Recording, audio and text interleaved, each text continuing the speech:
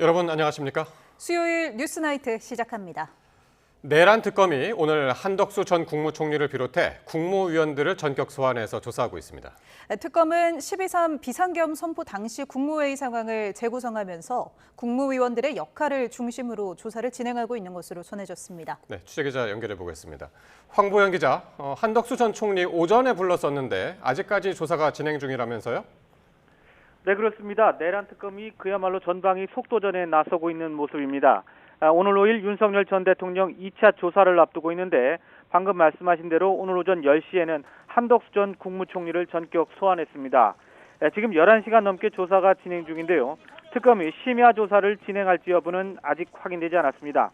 특검은 한 전 총리를 상대로 비상계엄 선포 이후 새로운 계엄 선포문이 작성됐다가 폐기된 과정에 대해 집중 추궁하고 있습니다. 한 전 총리는 계엄 이후 새롭게 작성된 계엄 선포문에 서명했지만 며칠 뒤 사후 문건이 만들어진 게 알려지면 문제가 될 수 있다며 강의구 전 대통령실 부속실장에게 폐기를 지시한 혐의를 받고 있습니다. 내란 특검은 한 전 총리에 대해서는 별도 출국 금지 조치를 통해 경찰 수사 단계에서 이루어진 출국 금지 상태를 유지하고 있다고 밝혔습니다. 특검팀은 또 안덕근 산업통상자원부 장관에 이어 유상임 과학기술정보통신부 장관도 참고인 신분으로 불러 조사를 벌였습니다. 특히 유 전 장관은 방금 전 밤 9시쯤 조사를 마친 뒤 기자들과 만난 자리에서 비상계엄 당일에 대해 특검이 주로 질문했고 자신은 성실하게 답했다고 말했습니다. 특검은 비상계엄 당일 윤석열 전 대통령의 행적을 수사하기 위해서 김정환 전 대통령실 수행실장도 불러 조사 중입니다. 김 전 실장은 계엄 당일 윤석열 전 대통령으로부터 국무위원들을 추가로 부르라는 지시를 받고 최상목 전 경제부총리 등이 적힌 명단을 강의구 전 대통령실 부속실장에게 전달하기도 했습니다. 지금까지 사회부에서 YTN 황보현입니다. 그런가 하면 최상병 특검은 오늘 출범과 동시에 핵심 수사 대상인 임성근 전 사단장을 불러 조사했습니다. 특검은 수사팀을 4개로 나눠 이른바 VIP 경로서를 포함해 관련 의혹을 철저하게 조사한다는 방침입니다. 김종호 기자가 보도합니다. 최상병 특검 출범과 동시에 출석한 임성근 전 해병대 1사단장은 예상대로 관련 의혹을 전면 부인했습니다.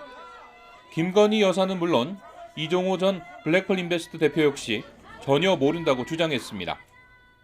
김건희 여사님과도 마찬가지입니다. 전혀 모르는 사이고 제가 만약에 전화라도 한번 통화했으면 억울하지 않겠습니다. 하지만 특검은 최상병의 부대장이었던 임 전 사단장을 상대로 구명조끼 등 안전장비를 지급하지 않고 무리한 수색을 지시했는지, 또 김 여사의 측근 이종호 전 대표를 통한 구명 로비가 있었는지 등을 조사할 계획입니다.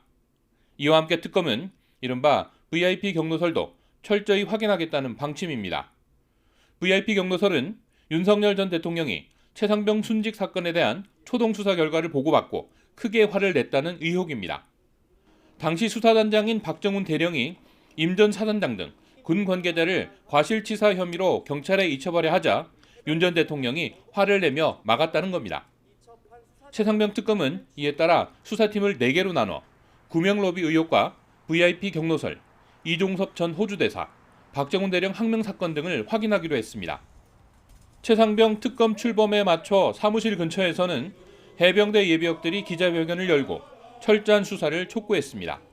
YTN 김종호입니다. 본격적인 수사에 착수한 3대 특검 모두 윤석열 전 대통령과 김건희 여사를 정조준하고 있습니다.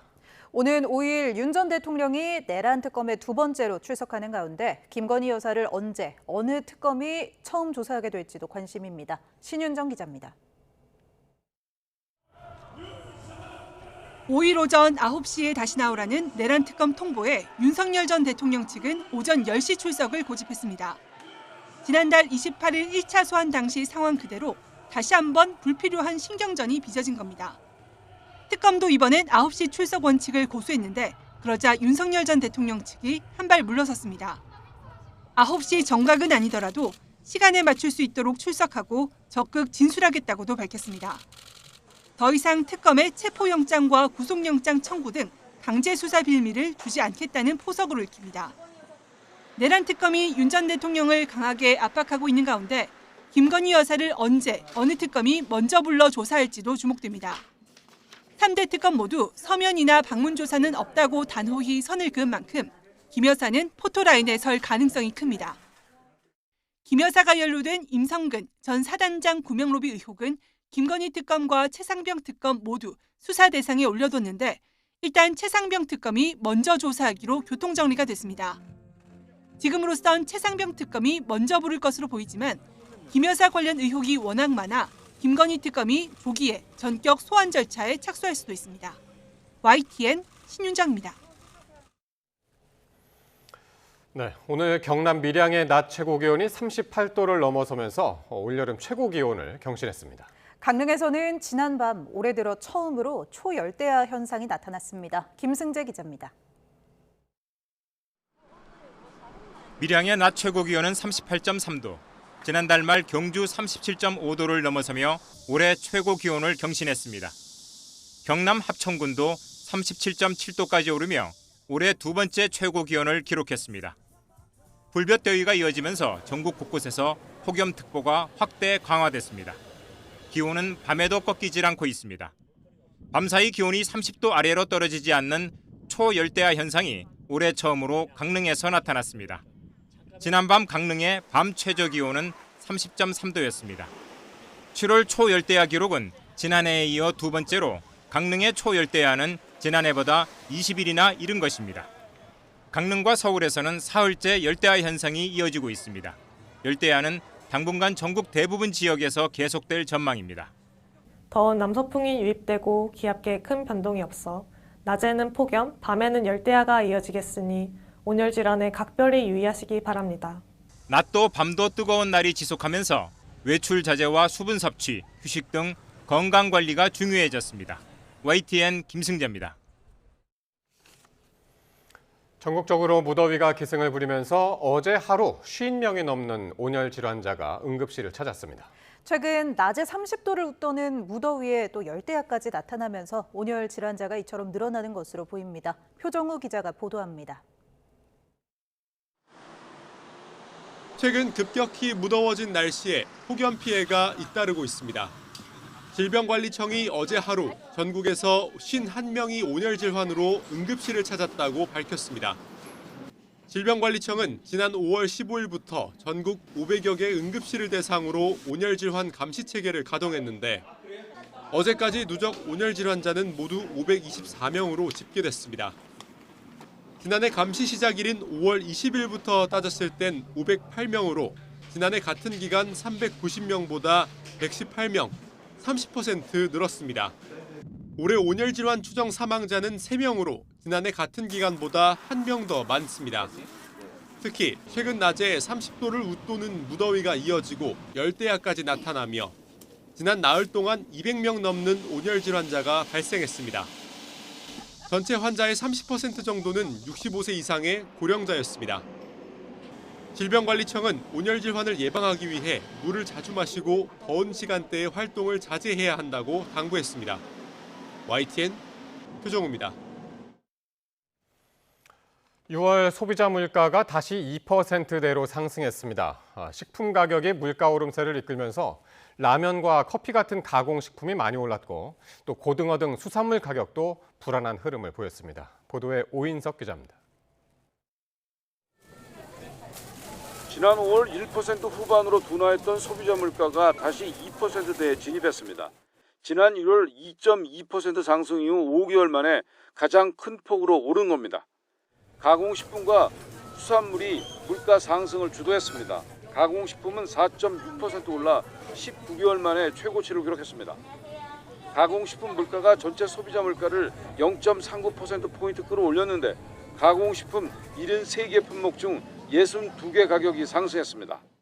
빵이 6.4%, 커피는 12.4% 올랐고 햄과 베이컨은 8.1% 상승했습니다. 라면은 6.9%가 올라 21개월 만에 가장 큰 폭의 상승률을 기록했습니다. 라면 같은 경우에 원재료비 상승 등의 영향으로 인해서 최근 출고가가 인상된 품목들이 순차적으로 반영된 영향을 받는다고 동일하게 좀 저희는 원인을 파악하고 있습니다. 달걀도 6% 올랐는데 3년 5개월 만에 상승폭이 가장 컸습니다. 수산물 가격은 수원 상승 영향으로 7.4% 올랐는데 재작년 3월 이후 가장 큰 폭의 상승률입니다. 고등어가 16% 넘게 상승했고 조기와 오징어도 많이 올랐습니다. 반면 농산물은 1.8% 하락했습니다. 지난해 크게 올랐던 과일 가격은 기저효과로 7.4% 떨어졌지만 채소는 마늘이 24.9%, 호박은 19.9% 올랐습니다. 석유류 물가는 국제 유가 상승 등의 영향으로 0.3% 올랐습니다. 정부는 민생과 밀접한 먹거리 물가 안정을 위해 농축수산물 할인 지원과 주요 식품 원료 할당 관세를 지속하고 주요 품목의 가격 수급 변동 요인에 신속히 대응하겠다고 밝혔습니다. YTN 오인성입니다. 강원도 영동고속도로 대관령 휴게소에서 80대 운전자가 몰던 대형 SUV가 식당가로 돌진했습니다. 직원과 손님 등 16명이 다쳤는데 운전자는 페달을 잘못 밟았다고 경찰에 진술한 것으로 파악됐습니다. 김기수 기자입니다. 휴게소 식당 안 테이블에 손님들이 앉아 있습니다. 갑자기 흰색 SUV가 식당 전면 유리창을 산산조각내며 그대로 들이닥치고 반대편 주방벽을 들이받고 나서야 멈춰섭니다. 간발의 차이로 사고를 피한 손님들은 구석에서 놀란 가슴을 쓸어내립니다. 영동고속도로 대관령 휴게소 식당가로 차량이 돌진한 것은 오전 11시 반쯤. 이 사고로 식당 유리창과 내부 집기류 등이 파손됐고 직원과 손님 16명이 다쳤습니다. 이 가운데 6명은 중경상을 입고 병원으로 옮겨졌습니다. 사고 목격자는 갑자기 큰 소리가 들렸고 순식간에 차량이 식당 안으로 밀고 들어왔다고 말합니다. 서 있는데 갑자기 뒤쪽에서 빠지직 소리가 나서 돌아보니까 유리창을 깨면서 차가 매장 안으로 그냥 돌진하는 거예요. 사람이 한 명이 앞에 서 있는데 사고 충격으로 식당 바닥에는 깨진 유리 조각들이 흩어져 있고 테이블과 의자들도 어지럽게 널려 당시 상황을 짐작하게 합니다. 식당으로 돌진한 SUV의 운전자는 80대 여성 A씨로 크게 다치진 않은 것으로 파악됐습니다. 경찰 조사에서 A씨는 페달을 잘못 조작했다고 진술한 것으로 확인됐습니다. 경찰은 A씨를 교통사고 처리 특례법 위반 혐의로 입건하고 정확한 사고 경위 등을 조사하고 있습니다. YTN 김기수입니다. 오늘 오후 6시 10분쯤 경기 구리시 교문동에 있는 교회에서 큰 불이 났습니다. 이 불로 예배를 위해 교회 안에 있던 신도 등 100여 명이 스스로 대피했는데 지금까지 다친 사람은 없는 것으로 파악됐습니다. 소방당국은 연소 확대 우려로 한때 대응 1단계를 발령해 진화 작업을 벌였고 불이 난 지 1시간 40분 정도 만에 큰 불길을 잡았습니다. 구리시 재난상황실은 지붕이 가연성 재질로 돼 있어 불길이 확대된 것으로 보인다고 설명했습니다. 서울 강남경찰서는 약물운전 혐의를 받는 방송인 이경규 씨를 불구속 상태로 검찰에 넘겼다고 밝혔습니다. 이 씨는 지난달 8일 오후 2시쯤 서울 논현동에서 자신의 차량과 차종, 색깔이 같은 다른 사람의 차를 몰고 이동했다가 절도 의심 신고를 접수한 경찰의 간이시약 검사에서 양성 반응이 나왔습니다. 경찰 조사를 받은 뒤 이 씨 측은 사건 전날 숨이 안 쉬어질 정도로 공황이와 급하게 약을 처방받아 복용했다며 몸이 온전하지 않은 상태에서 운전대를 잡은 것은 변명할 수 없는 부주의였다고 말했습니다. 더불어민주당과 국민의힘이 핵심 쟁점이던 이른바 3% 룰을 포함한 상법 개정안에 극적으로 합의했습니다. 내일 본회의에서 처리할 방침인데 다만 김민석 국무총리 인준안을 두고는 양보 없는 대치가 계속되고 있습니다. 조은지 기자입니다. 상법 개정안이 밀고 당기기 끝에 국회 법제사법위원회 소위를 통과했습니다. 소액주주 권한을 강화하는 게 개정안의 핵심인데 특히 최대 주주와 특수관계인의 의결권을 합쳐 3%로 제한하는 이른바 3% 룰도 포함됐습니다. 또 집중투표제와 사회이사인 감사위원을 1명에서 2명 이상으로 확대하는 내용은 공청회를 열어 협의하기로 했습니다. 민생경제를 살리고 경제를 활성화시키겠다라는 공약을 이행하기 위해서 국회도 열심히 노력하고 있는데 어떻게 보면 그 첫 번째 사례로 여야가 합의를 해서 어떤 법안을 냈을 때 시장에 훨씬 더 긍정적인 메시지를 줄 수 있다고 생각합니다.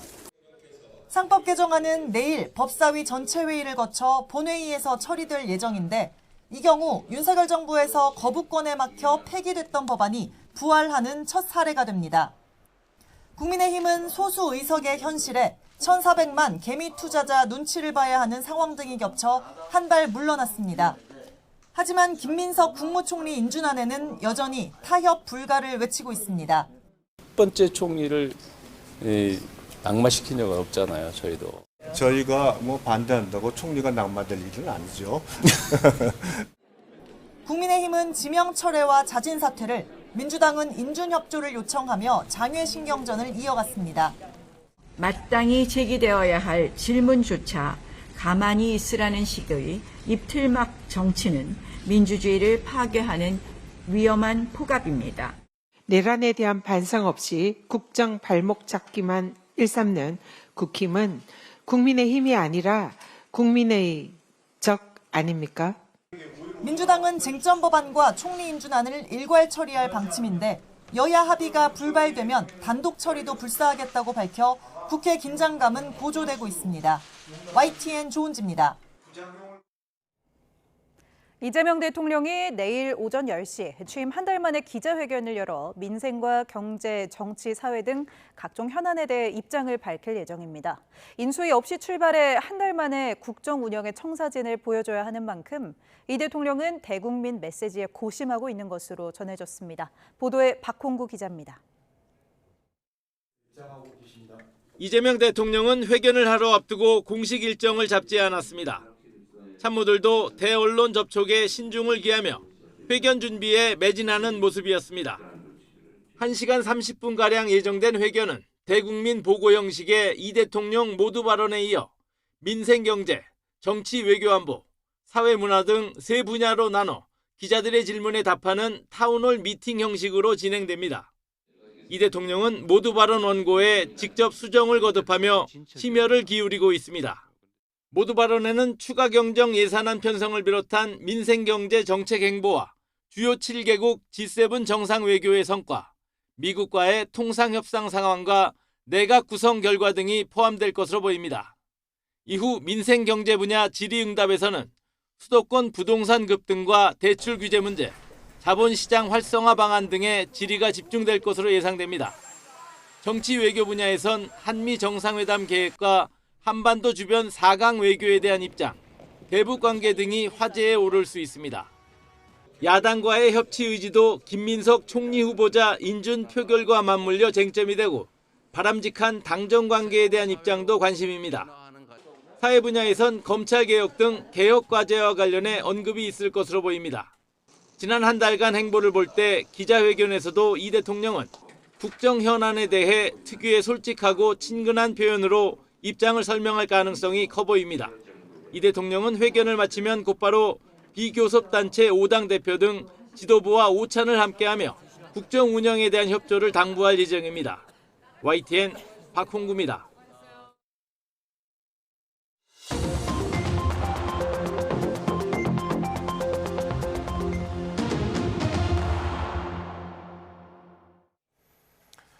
정치권 관심 뉴스 살펴보는 포커스 나이트 시간입니다. 오늘은 조기현 민주당 법률위 부위원장 그리고 최수영 정치평론가와 함께하겠습니다. 두 분 어서 오십시오.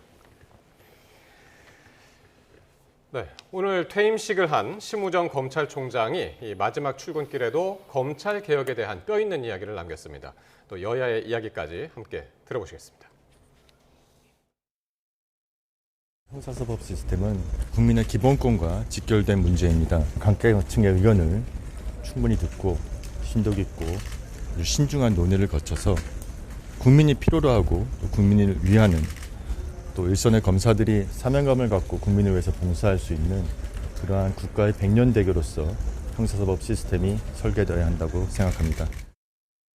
심우정 검찰총장이 사퇴했습니다. 이제부터 본격적인 검찰개혁의 시간입니다. 심우정 검찰총장은 마지막까지 정치검찰의 본성을 숨기지 않았습니다. 검찰개혁을 두고 국민의 기본권과 직결된 문제 운운하며 시한과 결론을 정해놓고 추진하면 부작용이 생길 수 있다고 주장합니다. 아이러니컬하게도 개혁의 대상이 개혁을 걱정하고 있습니다. 심 전 총장에게 묻고 싶습니다. 국민 기본권을 걱정하시는 분이 김건희의 부정부패 의혹을 덮어주고 내란 수계 윤석열의 탈옥을 도왔습니까? 거학 척결이 검찰의 본연의 기능인데 검찰이 물론 오바를 하거나 정치적으로 좀 일탈을 하거나 이런 거는 바로 잡아야 되겠지만 거학 척결 기능을 약화시키는 거는 검찰 개혁이 아니고 개악이라고 봅니다. 그런데 지금 민주당 집권 세력이 추진하려고 하는 그걸 보면 충분히 그럴 개연성이 있다. 그런 위험성이 있다라고 봅니다. 네. 먼저 심우정 총장이 어제 이어서 오늘도 검찰 개혁에 대한 비판의 목소리를 냈습니다. 검찰 개혁은 100년 대계다 이렇게 이야기를 했나요? 100년 대계를 이런 데 쓰는 말은 아니죠. 뭐 흔히 교육은 100년 대계라는 말은 들어봤어도 검찰 개혁을 100년 대계 할 문제라는 것은 전혀 동의할 수 없고요. 수사기소 분리는 제정검찰청법, 그러니까 1949년부터 논의를 시작해서 아마 52년인가 제정됐는데요. 그때 이미 수사와 기소는 분리돼야 된다는 원칙을 재헌국회에서 세우고 있었습니다. 다만 당시 일제 식민치하에 경찰의 폐해가 극심했기 때문에 이 경찰을 통제하기 위해서 한시적으로 수사기소를 검찰이 갖는다 이렇게 해서 만들어진 검찰청법이 지금까지 이어져 왔고 그로 인해서 검찰이 수사 기소권을 독점함으로써 생긴 폐해를 이제는 바꿔야 된다 이런 요구가 있는 겁니다. 물론 문재인 정부 때 일부 수사기소 분리법안 검찰청법 형사소송법을 개정했지만 윤석열 정부가 그걸 또 시행령으로 다 바꿔놓지 않았습니까? 이제 진정한 개혁을 이제 해야 될 때고 왜 개혁이 필요한지를 지난 3년간 국민들은 똑똑히 목도했습니다. 그리고 그 마지막 방점을 찍은 것이 심우정 총장의 지난 임기 동안의 행위들이었습니다. 정치 검찰이 얼마나 국민들에게 더 해악을 끼치는지 이런 부분을 재확인했기 때문에 더 이상 미룰 수 없는 과제인 것이고 그에 따라 심우정 총장은 당연히 물러나야 될 때가 됐음에도 불구하고 마치 검찰 개혁에 대한 대단한 명분이 있고 그것을 표현하는 방식으로 사퇴하는 것처럼 이렇게 할 만한 자격을 갖춘 분도 아니고 본인 지금까지 검찰총장으로서 그런 행보를 보이지도 않았다고 봅니다. 오늘 퇴임식은 저렇게 이제 비공개로 진행이 됐고요. 어떻게 들으셨나요? 근데 저는 이제 98년에 이제 그 검찰총장의 2년 임기제를 보장하는 그 제도가 시행됐거든요. 근데 오늘날 2025년에 이렇게까지 약간 30년이 못 미친 세월을 왔는데 25명의 검찰총장 중에 16명이 임기를 채우지 못하고 사퇴했습니다. 자, 그렇다면 이건 무슨 얘기를 하고 있냐? 검찰총장이 2년 임기가 제가 보장된 이후에 3분의 2 가까운 사람들이 임기를 못 채우고 중도에 낙마했다는 것은 결국 정치 권력이 이걸 흔들었다는 얘기입니다. 그러니까 쉽게 말해서 16명, 그러니까 25명 전체가 그걸 임기를 채웠다면 아무 문제가 없었을 텐데 그러면 검찰개혁이라는 것도 사실상 어찌 보면은 제도에서 할 수 있는 건데 16명이 심우정 총장을 포함하면 이제 17명이 되는 겁니다. 그렇다면 이건 굉장히 검찰이 이렇게 허약성을 만든 거는 결국에 정치적 외풍이었다는 게 이제 입증이 되기 때문에 저는 검찰개혁 필요합니다. 근데 개혁이라는 건 이렇습니다. 지금 추진하고 있는 민주당이 야당이 됐을 때도 동의할 수 있는 게 바로 개혁입니다. 그런데 그런 제도만이 사실상 영속성을 갖는 거고 불가역성을 갖는 건데 이게 이제 본인들이 이제 행정 권력을 다 가진 상태에서 본인들의 입맛에 맞게 개혁을 추진한다? 이거는 또 다른 정치 권력의 남용 혹은 검찰의 장악으로 비출 수 있어서 물론 수사와 공소청 기소와 이제 뭐 수사로 나누고 이런 것들은 그 기능적인 배분의 문제고 본질적인 거는 검찰이라는 그 조직이 말하자면 어떤 특정한 목적을 가지고 정치에 개입을 하지 못하고 그렇게 개입하는 이른바 정치검사들은 정말 정확하게 환부를 도려내가지고 다시는 재발하지 않도록 하는 그런 제도를 만드는 게 목적이라 그러면 서두를 이유도 없고 정밀한 타격이 있어야 되고 그다음에 그것은 100년 대계란 말은 뭐 글쎄 해석에 따라 다를 수 있습니다만은 국가의 어떤 사법 체계를 긴 안목으로 설계해달라 그런 뜻으로 받아들여야 하지 않겠나 저는 그렇게 생각합니다. 그래서 이제 정권이 바뀔 때마다 야당은 이제 정치 검찰이라고 부르면서 이제 비판을 해왔었는데 지금 이제 민주당에서는 심우정 총장을 보고 개혁의 대상이 개혁을 걱정하고 있다면서 수사를 받으라고 목소리를 높이고 있는데 구체적으로 어떤 일들을 지금 이야기를 하고 있는 겁니까? 일단은 작년 10월이었죠. 김주환 민정수석과의 비화폰 전화 통화입니다. 그 시점이 어떤 시점이냐면 명태균 의혹 관련 수사가 진행되고 있었던 시점이었습니다. 그래서 아직 내용까지 확인이 되지는 않았습니다만 수사를 통해 밝혀진다면 아마 윤석열 전 대통령이 김건희 여사와 관련 또 명태균 의혹은 본인과 관련된 공천 개입 정치자금법 위반 문제이기 때문에 예. 관련 수사에 직접 관여해서 어떤 지시를 했을 것으로 보여지는 거죠. 또 두 번째로는 윤석열 전 대통령의 구속 취소, 올해 3월 8일이었습니다. 예.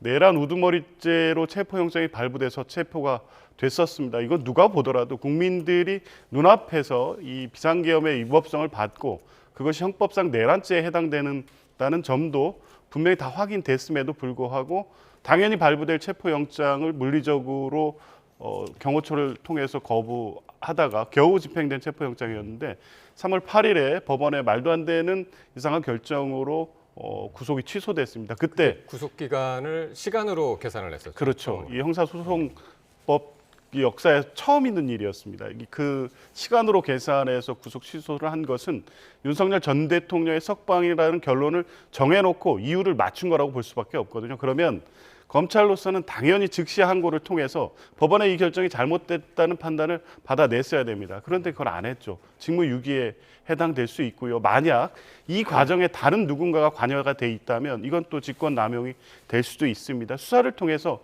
밝혀야 됩니다. 이건 검찰이 검찰권의 어떤 재량 범위 내에서 행사할 수 있는 범위를 벗어나서 예. 윤석열 전 대통령이란 내란 우두머리를 풀어주기 위해서 법원과 검찰이 기획되고 조직된 행위를 한 게 아니냐라는 의심을 받고 있고 수사가 필요한 상황이기 때문에 이러한 입장에 있는 심우정 이 총장이 검찰 개혁을 얘기하면서 지금 예. 물러나는 변을 밝힐 때이냐 이런 비판을 안 할 수 없는 겁니다.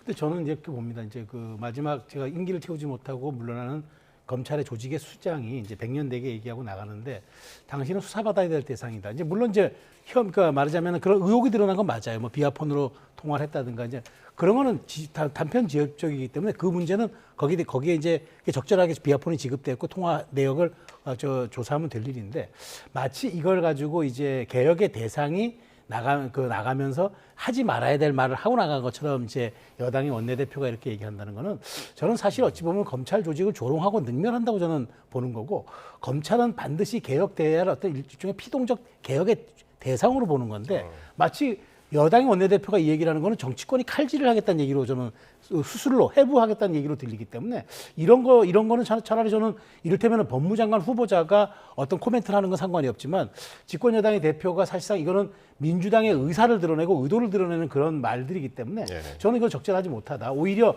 민주당 최고위원회가 무슨 말하자면 전 검찰총장 앞에서 십자포화를 쏘듯이 이렇게 얘기하는 거는 그거는 검찰에서 어떤 감정적 앙금을 드러내는 것처럼 비춰지기 때문에 그런 부분들은 감정의 절제를 하고 제도로서 그다음에 개혁 과제로서 그는 입증하는 게 맞다라고 저는 생각합니다. 네.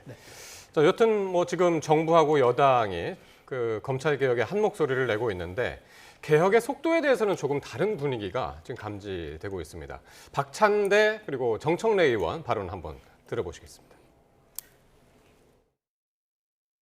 국민이 권력을 감시하고 주권자 국민이 국가를 설계하는 구조를 만들겠습니다. 올 추석 밥상 위에 검찰 개혁을 올려드리겠습니다. 검찰 개혁은 폭풍처럼 몰아쳐서 전광석화처럼 해치워야 합니다. 국민 여러분께서 추석 귀향길 자동차 라디오 뉴스에서 검찰청이 폐지됐다. 역사의 뒤안길로 사라지게 됐다. 이 뉴스를 들을 수 있도록 하겠습니다.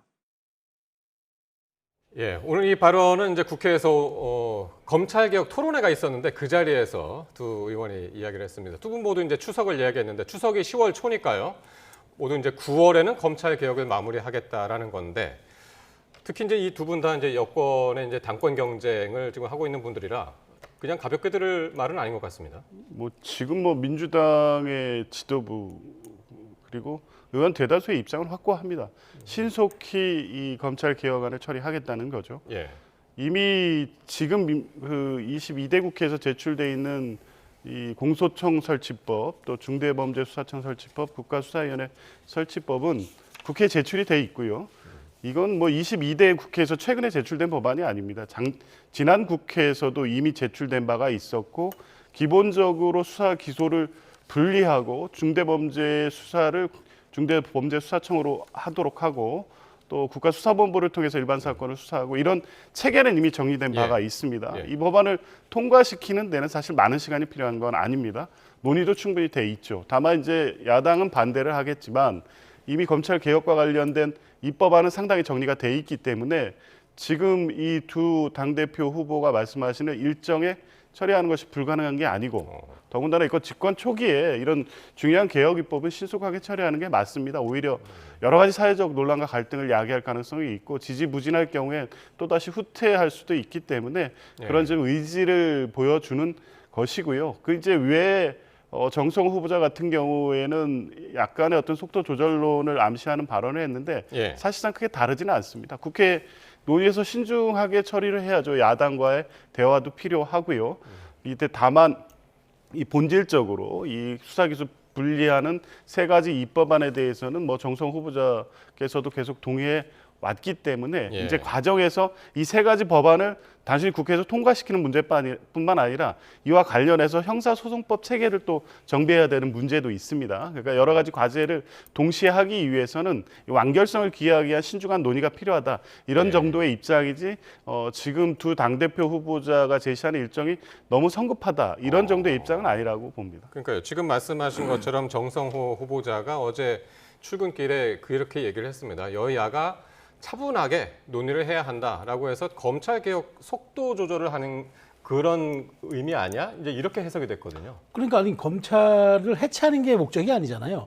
검찰의 기능을 재조정해가지고 결국에는 검찰의 중립성, 정치적 독립성, 그다음 이런 걸 보장하자는 거잖아요. 그래가지고 국민의 민생 수사는 활발하게 하고 검찰의 정치 개입이라든가 편향된 수사는 하지 못하도록 하자. 이게 검찰개혁의 본질이라면 그 방향에 맞추면 될 일이지 무슨 속도를 낸다거나 검찰청 이름을 역사의 뒤안길로 사라지게 한다거나 다시는 그런 이름을 못 듣게 한다거나 이게 본질이 아니지 않습니까? 저는 이제 앞서거니 뒤서거니 저 두 당대표 후보들께서 이렇게 얘기하는 게 저는 결국 당대표 룰이에요. 8월 2일 날 선거 치르는데 권리당원 55%, 대의원 15%, 국민 30이니까 70 가까운 숫자가 사실상 민주당의 강성 지지층으로 봐야 돼요. 그러면 이분들이 요구하는 데 따라서 지금 듣고 싶은 얘기들 해줘야 하니까 지금 검찰개혁 토론에 나와서 저렇게 세게 얘기하는데 사실 두 분 다 얘기했지만 9월 달입니다. 그러니까 저분들이 당대표 되는 건 8월 2일이고요. 근데 정성 후보자가 청문회 통과해서 법무장관이 되는 건 아마 제가 보기에 7월 중순 정도가 될 것 같은데 그렇다면 정성 후보자를 중심으로 새로 선출된 당대표가 속도 조절을 하면서 가야지.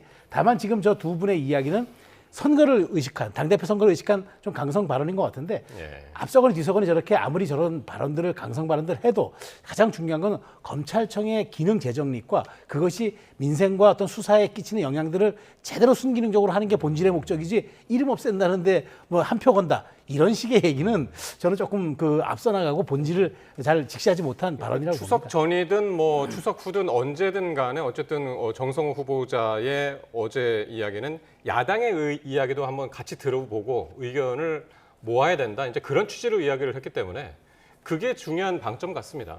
그렇죠. 아니, 그 당연한 절차죠. 입법안은 지금 국회에 제출돼 있지만 결국에 이제 상임위 논의를 거쳐야 되고요. 거기에서 뭐 지금 국민의힘이 기본적으로 다 반대의 입장을 갖고는 있지만 적어도 합의를 이끌어낼 수 있는 부분까지 최대한 합의를 이끌어내야 되는 것이고 주무장관인 법무부 장관으로서는 그런 여야 논의까지를 지켜보면서 신중하게 처리해야 된다는 입장을 내는 것이 당연한 겁니다. 그런데 그렇다고 해서 그 합의되지 않는다고 해서 시간을 계속 끌 수 없다는 점 또한 정성호 후보자는 분명히 인식하고 있기 때문에요. 그 시점이 언제가 될지는 실제 이제 국회 논의 과정을 지켜봐야 되겠습니다만 국민의 힘이 반대한다고 해서 마냥 미루고 그 합의를 기다릴 일은 아니라는 점 또한 정성호 후보자도 분명히 인식하고 있다고 봅니다. 알겠습니다. 자, 국회에서 이 개혁을 추진하고 있는 곳이 또 있죠. 국민의힘으로 가보겠습니다. 자, 오늘 송원석 비대위원장 겸 원내대표가 이 12.3 불법 계엄에 대해 사과를 하고 당 혁신위원장으로 사선의 안철수 의원을 임명을 했습니다. 발언부터 한번 들어보시겠습니다. 국민의 뜻을 온전히 받들지 못한 책임을 통감하면서 다시 한번 진심으로 사과드립니다. 사선의 안철수 의원님을 당 혁신위원장으로 모시겠습니다. 우리가 생각할 수 있는 최고 수준의 혁신 방안이 잘 마련될 수 있도록 그리하여 국민들로부터 신뢰를 다시 회복할 수 있도록 그분에 대해서는 최선을 다하도록 하겠습니다. 자, 송원석 비대위원장의 말이 앞부분은 조금 잘렸는데요. 거기서 뭐라고 했냐면 12.3 비상계엄이 아니라 12.3 불법 비상계엄이라고 이야기했습니다. 그리고 이로 인한 대통령 탄핵에 대해서 사과를 했고요. 그러니까 비상계엄을 불법으로 표현한 거는 사실상 국민의힘에서 공식적으로 처음이 아닌가 싶은데요. 그렇죠. 당 지도부의 입장이 나온 거는 물론 김용태 비대위원장은 그렇죠. 그렇게 얘기를 했지만 네. 이렇게 선출된 권력, 그러니까 선출된 지금 사실상 원내대표면서 지금 비대위원장을 겸임하고 있으니까 공식적으로 선출된 분이 불법이라고 명시하는 것은 이번이 처음입니다. 과거에는 뭐 그냥 탄핵에 대해서 사과하고 계엄에 대해서 사과합니다는 식의 뭉뚱그린 이야기지만 지금 이렇게 했는데 이 얘기는 뭐냐면 지금 뭐 결국 국민의 눈높이에 맞추겠다. 결국 지금 특검이 이미 수사가 진행되고 있고 많은 분들이 이 말하자면은 12.3 비상계엄과 내란 문제에 대해서는 많은 국민들이 어쨌든 정치적으로도 이번에 그 대선에서 선택을 했지만 실질적으로도 여기에 대한 여론이 부정적이 높은 게 상태에서 지금 국민의힘이 여기에 이제 동조할 수 없는 그런 상황이 된 건 맞는데 중요한 건 그러면서 이제 불법으로 규정하면서 여기에 대해서 탄핵에 대해서 시종일관 찬성했던 안철수 의원의 혁신위원장으로 모신 거는 그 연장선상이라고 봐야 되겠죠. 그래서 안철수 의원에게 이제 이른바 집도를 하게 하고 메스를 맡긴 건데 저는 두 달의 혁신위원장이 얼만큼의 할 수 있는 역량이 있고 또 그다음에 권한이 얼만큼 주어질지 모르겠으나 저는 제가 조금 우려하는 지점은 2년 전에도 그 강서구청장 보궐선거에서 졌을 때 지금 비례대표 의원이 이뇨한 위원장을 영입해가지고 혁신위원장을 맡겼는데 결국엔 유야무야 돼버렸거든요. 국민들이 기억하는 건 이준석 의원하고 영어로 쓰느냐 마느냐 아마 그 얘기를 했던 것만 기억에 남는 상황이기 때문에 지금의 혁신위원회가 이렇게 유명무실해지지 않으려면 혁신위원을 누구를 구성할 건지 그다음에 어떤 권한을 주고 마지막으로 거기서 결론 난 것은 또 비대위가 어떻게 수용할 건지 이거를 하지 않으면은 사실상 그러니까 비대위원회에게 시간만 벌게 해준다. 이거는 저는 의미가 없다고 봅니다. 자, 조 부위원장께서는 어떻게 보셨나요? 안철수 혁신위원장, 나경원 의원은 이렇게 그 이야기를 했습니다. 기대도 있고 걱정도 있다. 이런 이야기를 하더라고요. 지금 국민의힘의 상황을 볼 때 어떤 성과를 기대하기는 어렵지 않을까요? 원래 혁신위원회가 뭐 모든 당에서 사실 선거에서 패배를 하거나 당의 수습이 필요할 때 이 당원 내지 국민들의 요구를 받아들여서 당 혁신안을 준비하고 마련하고 또 발표하고 실행하게 하는데 그렇게 준비하고 이 당에 힘을 실어준 혁신위원회도 성공한 케이스들이 거의 없습니다. 왜냐하면 이게 당이라는 게 특히 이제 민주당이나 국민의힘의 양당 체계는 오랫동안 유지 분속되고 있기 때문에 일시적 선거 패배의 수습을 위한 어떤 혁신이라는 게 그렇게 쉽게 받아들여지지 않는 부분이 있거든요. 근데 지금의 국민의힘 상황은 지난 12.3 비상계엄 이후에 7개월 동안의 모습을 보면 어떠한 이 훌륭한 혁신안이 만들어진다고 해서 당에 그게 관철될 수 있는 구조인가가 좀 문제이고요. 지금 이제 조금 전에 앵커께서도 말씀하셨는데 불법 계엄이다라는 표현을 처음 썼다. 여기에 이제 의무 부여를 하고 있는 거 아닙니까? 근데 이게 비정상적인 거죠. 이 자체가 위헌이고 위법이고 불법이라는 사실을 지금 모르는 국민이 어디 있습니까? 그리고 또 되돌아보면 12월 3일 날 당일날 당시 한동훈 대표였습니다. 한동훈 대표는 위헌 위법적인 비상계엄을 막고 자유민주주의를 지키겠다고 그때 이미 얘기한 바가 있습니다. 그런데 그 이후에 당의 주류들은 비상계엄을 사실상 옹호하고 탄핵을 반대하고 윤석열 전 대통령을 지키기 위한 행보를 계속하고 있고요. 지금까지 국민의힘의 이 본질적인 어떤 입장이 바뀌지 않았습니다. 그러니까 당 대표가 바뀔 때마다 비상대책위원장이 바뀔 때마다 국민께 사과라는 입장을 표현한 듯 했지만 전혀 그 진심이 국민들에게 받아들여지지 않는 상황이고 그게 지금 국민의힘의 현실입니다. 자, 이런 상황에서 안철수 혁신위원장이 어떠한 혁신안을 갖고 온다고 해서 그게 완벽하게 관철될 것인가 또 그만한 혁신안을 안철수 위원장이 만들어낼 수 있을까? 지금 국민의힘은 그런 뭐 이렇게 보여주기식 이런 뭐 당이론적인 어떤 입장을 갖고 접근할 게 아니라 당을 근본적으로 사실 해체 수준의 혁신을 해야 되는 시점이기 때문에 안정적으로 전당대회까지 이 당을 관리하고 그럴듯한 혁신위원회를 만들어서 보여주고 이것만으로 국민의힘이 변했다, 바뀌었다 이런 진심을 국민들에게 전달하기는 어려울 것 같고요. 결국에 저는 8월 달 전당대회에서 새로 들어서는 지도부, 누가 새로운 당대표가 될 것이고 그 지도부가 지금의 비상계엄 내란, 윤석열 전 대통령에 대한 어떠한 입장을 표방하면서 보수의 혁신의 방향을 제시할 것인지 여기에 달려있는 것이지 지금 한 달여 비대위 또 혁신의 활동만으로 당의 어떤 변화를 이끌어낸다. 이건 쉽지 않아 보입니다. 그러네. 그러니까 차기 전당대회가 지금 국민의힘에서 뭐 확정은 안 했지만 지금 거의 이제 8월 말 정도로 지금 이야기가 되고 있어서 지금 말씀하신 것처럼 안철수 혁신위원장이 어떤 안을 내놓더라도 그게 이제 얼마 기간이 되지 않기 때문에 아까 뭐 좀 전에 말씀하셨습니다만은. 근데 김용태 전 비대위원장이 이런 얘기를 했더군요. 인적 청산도 들어가야 된다. 인적 청산이라는 게 이제 구주류, 뭐 그렇죠. 친윤계 이걸 이제 의미하는 것 같은데. 근데 어떻게 인적 청산을 할 수 있을까요? 그럼 뭐 의원직 배지를 떼겠습니까? 아니면은 뭐 당협위원장만 맡으라고 하겠습니까? 그러니까 저는 이제 이거는 그래서 제가 아까 혁신위원회에게 어떤 권한을 주느냐, 어떤 위원으로 구성하느냐, 그다음에 그렇게 도출된 결론을 비대위가 어떻게 수렴해내느냐, 이 모든 것이 한 묶음으로 있어야 되고 안철수 의원이 그래서 지금 얘기했잖아요. 2달 정도는 보장해줘야 되고 자기가 혁신위원들은 모두 자기 손으로 뽑겠다 이렇게 얘기하고 아마 아까 뭐 환불 메스를 들이대게 돼서 정확하게 이제 본인이 처방전을 내겠다고 얘기하는데 저는 이게 그 송원석 비대위원장이 이거 대폭 양보하거나 권한을 보장해주지 않을 경우엔 저는 이게 선문답이 될 수밖에 없고 구두선이 될 수밖에 없고 레토릭이 될 수밖에 없다. 그 말씀 이제 분명히 드리는데 그래서 저는 이제 이번 주 정도로 되는 혁신위원회 구성, 권한, 그다음에 이것을 어떻게 비대위가 수용할지 이 세 가지가 전제되지 않는 한 안철수 의원이 아무리 노력한들 그게 개인의 노력 이상을 벗어날 수 있을까요? 그런 측면에서 김용태 비대위원장, 전 비대위원장이 얘기한 인적 청산 사실 어찌 보면 핵심이 거기에 있을지 모릅니다. 그러나 아무도 지금 대선이 한 달여 이상 지났는데도 아무도 책임지는 사람이 없는 이 국민의힘에서 과연 혁신위가 얼마큼의 혁신을 이뤄낼지는 좀 숙제로 남는 것 같다는 생각이 듭니다. 알겠습니다. 혁신위 구성부터 이제 한번 다음 주에 지켜봐야 될 것 같습니다. 자. 이런 가운데 김민석 국무총리 후보자 그 인준을 둘러싸고 여야 대치가 계속되고 있습니다. 민주당은 이제 내일 7월 3일 김 총리 인준안을 처리한다는 그런 계획인데 일단 여당 단독으로 처리될 가능성도 지금 있는 겁니까? 그렇게 될 가능성이 매우 높은 상태가 매우 됐죠. 높습니까? 네. 예, 그러니까 청문 보고서 채택에 대한 합의 가능성이 전혀 없고 지금 국민의힘은 계속해서 뭐 배추, 자료 제출 이 얘기만 지금 청문회 때부터 계속 해오고 있지 생산적으로 한번 접근을 해서 그래도 이재명 정부의 첫 총리라는 어떤 의미 또 일할 수 있게 해줘야 된다는 부분에 어떤 전향적인 접근을 전혀 하지 않고 있고 결국에 이 입장을 끝까지 고수하겠다는 것은 이미 확인된 바가 있기 때문에요.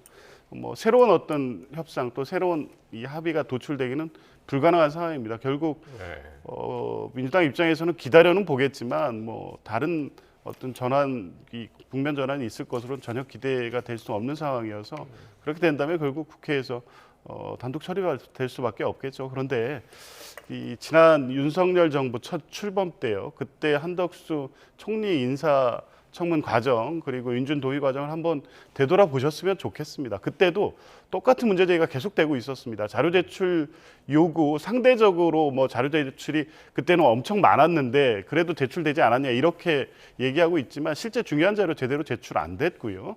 그리고 제기된 의혹들도 소위 말하는 이 고액 자문료 주요 이 대형 로펌에 실제 4번 회의 가고 20억 가까운 돈을 받은 부분이 정당한 이 수익이냐에 대한 문제는 오히려 지금 김민석 후보자에 제기되고 있는 의혹보다 제대로 된 해명이 되지 않은 상태였습니다. 그럼에도 불구하고 국민의 부적격 여론이 높았음에도 불구하고 당시 민주당은 그래도 새로 정부 출범하는 정부가 일은 할 수 있게 해줘야 된다라고 해서 당의 중진. 당시 이재명 대통령도 그 지방선거를 앞두고 선대위원장을 맡고 계셨는데 오히려 이런 부분에 반대 여론을 당내 여론을 설득해서 인준 동의안을 같이 통과시켜 줬습니다.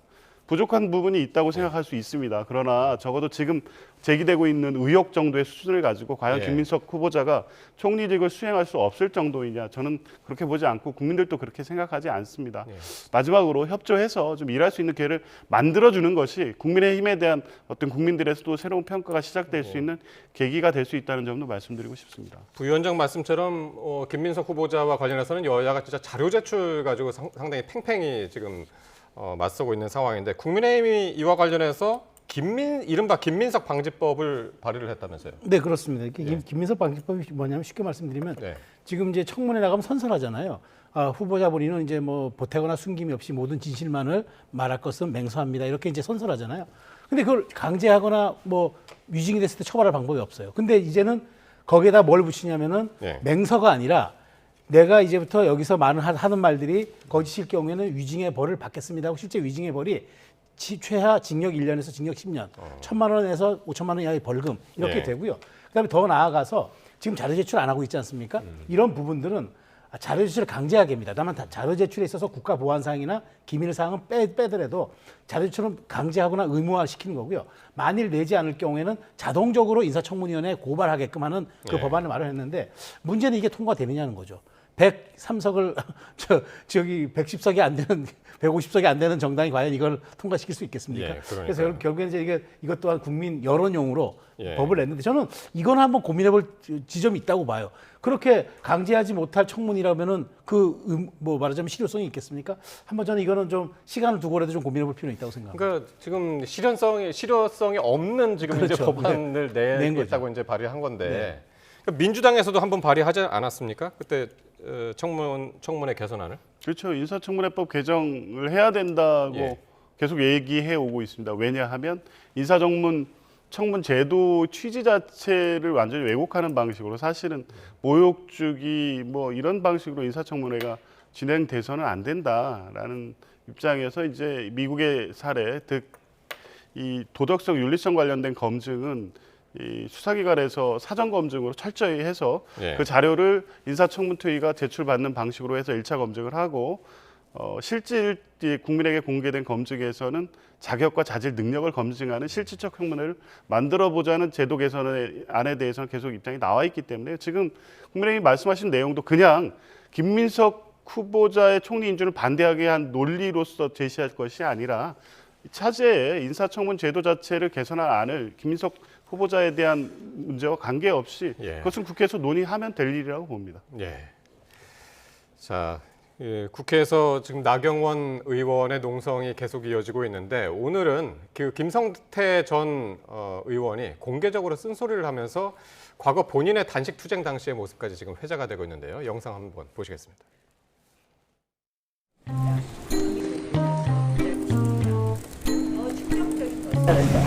간식하시는 건 아니지? 간식하지 마. 계기가 없는 거죠. 농성이라는 것은 자신의 모든 것을 걸 수 있어야 하는 그런 절실함, 절박함이 있어야 하는 거예요. 삭발을 한다든지 노숙 단식을 한다든지 야당의 농성이 이렇게 천하의 우스갯거리로 만들고 어디 할 게 없어서 로텐더 홀에서 에어컨 타령하고 있어요.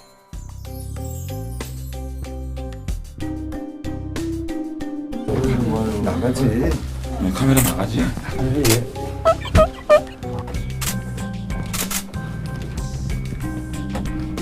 보고 할 거야. 하지 마. 그만해. 보고 할 거야. 수혜사도 중요하고 아마. 수혜 맞고 그만해. 아니 건강해야 뭐 싸움도 하지. 아유 나도 얘기했던 거 죽은. 네가 해줘야 될 거 아니야. 네가 해줘야 내가 일어나지. 지금 그렇게 할 수가 없고 어제 유승민 대표가 뭐 아무리 하고 가. 그렇게 할 수가 지금 없게 됐잖아. 유승민 대표가 저 문재인 대통령까지 대상을 하자는데 그걸 어떻게 해? 말이 안 돼. 내가 안 되겠잖아. 나는 그런 이야기 처음 들어보고. 수액 맞고 이제 그만해. 나 진짜 죽어서 나 좀 해주고 가. 힘들어 죽겠다.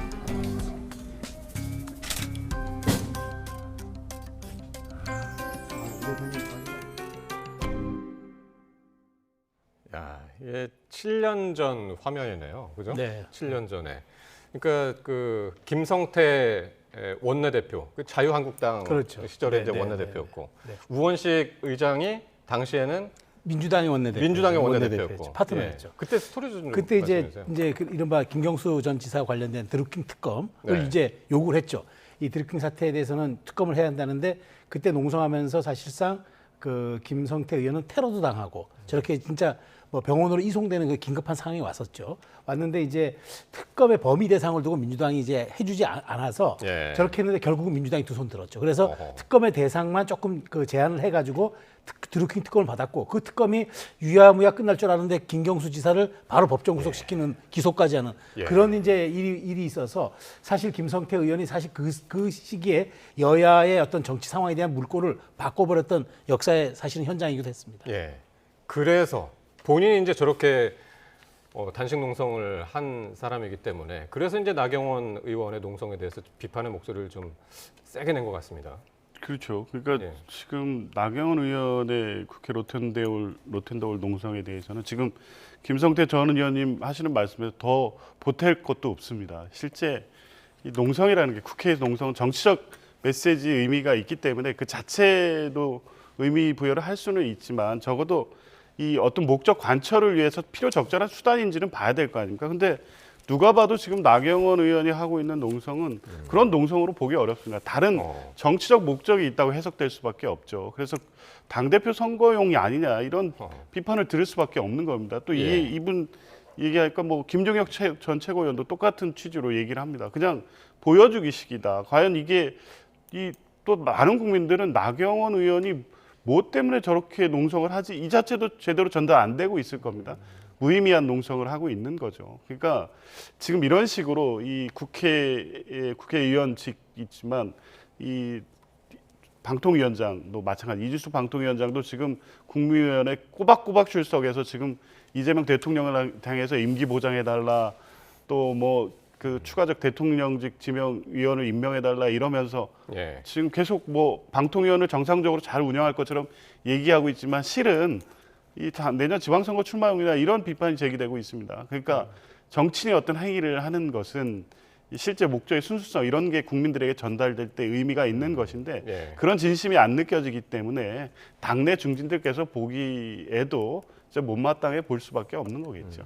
그런데 저는 이 말씀 좀 드리고 싶어요. 그러니까 이제 물론 이제 김성태 전 그 의원 같으신 분은 본인이 했던 것과는 이건 결이 다른 거니까 좀 비판하실 수 있는데 그래도 어떤 식으로든 지금 당에서 할 수 있는 한 자기 의사 표현과 정치적인 어떤 의사 표현을 하는 것 부분을 가지고 같은 당 내에서 서로 조금 뭐 등에 이렇게 손가락질하듯이 하는 건 좀 그렇다. 그러니까 서로 힘을 조금씩 보태야 되는데 각각이 다른 방식으로라도 그러니까 야당으로서 역할을 하면 되는 거지 저렇게 하면 안 되고 이렇게 하면 되고 그 부분은 사실상 동료 의식이라든가 동지적 관점에서 봤을 때 정당은 결사체이기 때문에 그런 부분에 대해서는 민주당은 어떻게 뭐 얘기를 할 수는 있겠지만 같은 당의 구성원들이라면은 조금 더 그런 부분에 대해서는 원보이스를 내거나 한 목소리를 내는 게 저는 정치도 이상 맞다라고 저는 생각합니다. 그러니까 농성 중에 이게 뭐 단식 농성이 될 수도 있고 단식 농성이 아니라 이제 다른 방식이 될 수도 있는데 김밥을 먹을 수도 있고 뭐 커피를 마실 수도 있는데 과연 그 농성을 함으로 해서 그게 효과가 있느냐? 그건 국민들이 판단할 문제라는 거죠. 그 정치인이 하는 행위에 대해서는 국민이 판단할 문제인데 민주당에서는 사실 또 그 금도를 넘어섰어요. 뭐 웰빙 단식, 뭐 웰빙 하냐, 캠핑 왔냐 그렇게 조롱하는 건 사실 그렇게 하면 안 됩니다. 왜냐하면 대통령도 여야 협치를 하자는데 민주당의 중진 의원들이 그렇게 상대당 중진을 조롱하듯이 얘기하는 게 그건 안 되죠. 근데 더더군다나 단일 대우를 얘기하는 정당이라 그러면 최소한 뭐 가서 뭐 격려는 못할 망정 이런 농성은 안 하는 것만밖에 못해. 라고 얘기하는 건 좀 과하다. 저는 어찌되었건 동료 의식과 동지 의식이 있는 정당이 그래도 영속성과 보수 정당의 품격을 좀 가질 수가 있다라고 저는 생각을 하는 겁니다. 마지막으로 요거는 조기현 부위원장께 하나 여쭤보고 끝내야 될 것 같은데요. 일단 내일 본회의가 열리는 거잖아요. 내일 본회의가 열리면 지금 이제 추경안은 어느 정도 이제 의견이 여야가 이제 좁혀졌다고 그러고 그리고 내일 이제 김민석 총리 후보자 이제 인준안도 그렇고. 근데 내일 오전에는 이제 이재명 대통령의 기자회견에 또 있는 날이란 말이에요. 내일 본회의 어떻게 진행될까요? 글쎄요, 일단 그 전까지 추경 논의도 상임위에서 또 일단 증액안이 올라와서 예결에 또 조정 과정을 거쳐야 되는 문제가 남아 있습니다. 그래서 실제 원래 추경안보다 지금 증액된 한 9조 원 정도가 증액돼 와가지고 아마 또 예결위에서 또 삭감 논의를 안 할 수가 없는 상황이어서 일단 그 논의는 지켜봐야 될 것 같고 총리 인준안은 뭐 국민의힘이 대승적으로 문제는 있지만 그래도 이재명 정부의 이 일할 수 있는 길을 만들겠다라는 입장 전환을 보이지 않는 한은 민주당 일방 처리될 수밖에 없는 상황인 것 같습니다. 뭐 이런 상황이 사실은 협치의 모습과는 다르긴 하지만 적어도 새 정부가 출발하는 이 상황에서 국민들 상당수가 동의하는 총리 인준안 또 추경 아니라면 야당도 어느 정도 본인들의 입장 주장을 하되 예. 같이 협력해서 하는 것이 국민 전체의 이익에 부합된다면 그렇게 하는 것이 오히려 장기적으로도 국민의힘에도 도움이 되는 어떤 정치 행보가 아닌가 이런 말씀 드리고 싶습니다. 그러니까 이재명 대통령이 그 어떤 그 정부보다도 이른 시기에 이제 기자회견을 내일 여는데 네. 분명히 이제 솔직하고 진솔한 모습을 보일 거란 말이에요. 오전 시간에. 근데 이제 오후에 본회의 열리고 그렇죠. 오후든지 뭐 저녁이든지 열리게 되면은 이게 국회가 또 이제 굉장히 이제 그렇죠. 소란스러울 거란 말이죠. 좀 퇴색되는 게 아닌가 그 의미가. 그렇죠. 뭐 싶긴 타운홀 합니다. 미팅 방식을 통해서 더 진솔하고 소통을 하는 모습으로 대통령 기자회견을 하는데 그게 끝나자마자 이제 어쨌든 민주당은 강행처리 할 겁니다. 왜냐하면 내일 아니면 이제 금요일밖에 없기 때문에 아마 내일 전 할 거라고 보는데 저는 그렇게 봅니다. 뭐 국민의힘이 이걸 제어하거나 막을 방법은 없어요. 이제 결국은 이제 이렇게 가는 건데 다만 저 요 하나 말씀드리고 싶어요.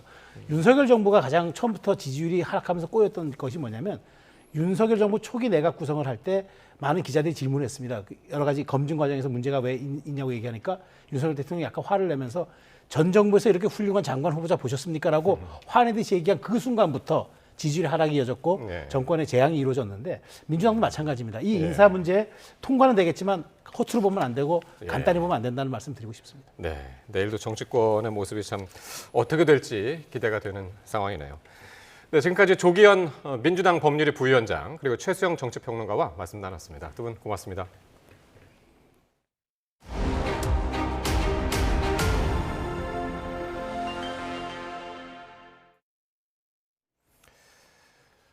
네, 이 K방산의 핵심 무기 체계 가운데 하나인 K2 전차가 다시 한번 막대한 수출 성과를 기록했습니다. 폴란드와 9조 원 가까이 이르는 수출 계약을 확정했는데요. 이 단일 방산 수출 규모로는 역대 최대 금액입니다. 김문경 기자가 보도합니다. 이번에 폴란드가 우리나라 기업과 계약을 확정한 K2 전차 도입 규모는 모두 180대. 지난 2022년 1차 계약 180대에 이은 2차 계약분입니다. 당시와 대수는 같지만 금액은 8조 8천억 원대로 2배 가까이 뛰었습니다. 1차 때와는 달리 드론 공격을 막는 장치와 기술 이전 등이 추가되면서 가격도 올라간 것으로 알려졌습니다. 러시아 우크라이나 전에서 위력을 떨친 드론 공방, 교훈 때문 등으로 보입니다. K방산 수출 금액으로는 역대 최대인데 이전 기록은 2022년 아랍에미리트와 체결한 4조 7천억 원대의 중거리 요격미사일 천궁2입니다. 폴란드는 지난 2022년 K2 전차 1000대를 포함해 K9 자주포 등 최대 약 20조 원 가까운 도입 계약을 맺었습니다. 특히 이번에 체결한 K2 전차 가운데 일부는 폴란드에서 생산할 예정이어서 이를 통해 나머지 물량도 차질 없이 이행될 가능성을 더욱 높였습니다. 현지 생산이 시작되면서 계약 규모도 더 커지고 최초 계약분 1000대 계약을 다 이행할 수 있는 가능성도 더욱 높아졌다고 평가할 수 있겠습니다. 방사청은 양국에서 새 정부가 출범했지만 한결같은 정책 지원으로 돈독한 신뢰를 확보한 것이 2차 계약으로 이어진 것으로 평가했습니다. 그러면서 이번 계약은 유럽 재무장 계획과 북대서양 조약기구 나토를 향한 방산 수출의 새로운 분기점이 될 것으로 예상했습니다. YTN 김문경입니다. 올해 상반기 국제 금값이 사상 최고치를 경신할 정도로 급등하면서 금 투자도 대폭 늘어나 거래량이 역대 최고치를 기록했습니다. 미국 관세 정책과 중동 위기 등 국제 정세가 불안해지면서 안전자산, 그중에서도 금 투자가 크게 늘었습니다. 류환홍 기자가 보도합니다. 올해 초 불어닥친 금투자 광풍에 시중은행은 물론 민간 금거래소에서도 골드바가 일시 품귀 현상을 낳았습니다. 한돈이 70만 원을 넘어가면서 신지나 친구 돌반지 선물을 깊게 고민할 정도로 금값은 천정부지로 치솟았습니다. 한국거래소가 상반기까지 금시장 거래량을 집계했더니 지난해 연간 거래량을 뛰어넘는 37.3톤에 달해 역대 최대치를 기록했습니다.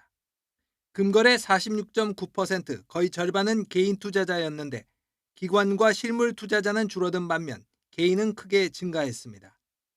올해 들어 국제 금값이 3,452달러로 사상 최고치를 경신할 정도로 급등한 영향이었습니다.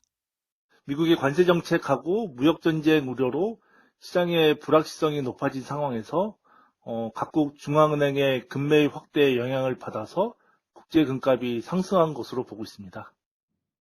거래소 금시장 외에 시중은행 골드뱅킹과 증권사 금 ETF 등 투자 수단이 늘어난 것도 금 투자액 증가에 한몫을 했습니다.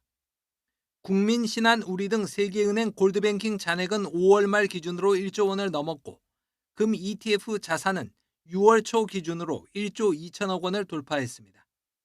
선진국의 국채 또는 선진국의 통화 또는 금이라든가 아니면 은과 같은 기금속이 안전자산으로서의 역할을 하는데 이 금이라고 하는 자산은 신용 디폴트 리스크 자체가 전혀 없는 어떻게 보면 미국 달러화보다도 훨씬 더 안전자산으로 국제 금값은 코로나19 이후 각국 중앙은행이 금리 인하에 나서며 2023년 4분기부터 본격적으로 오르기 시작했습니다.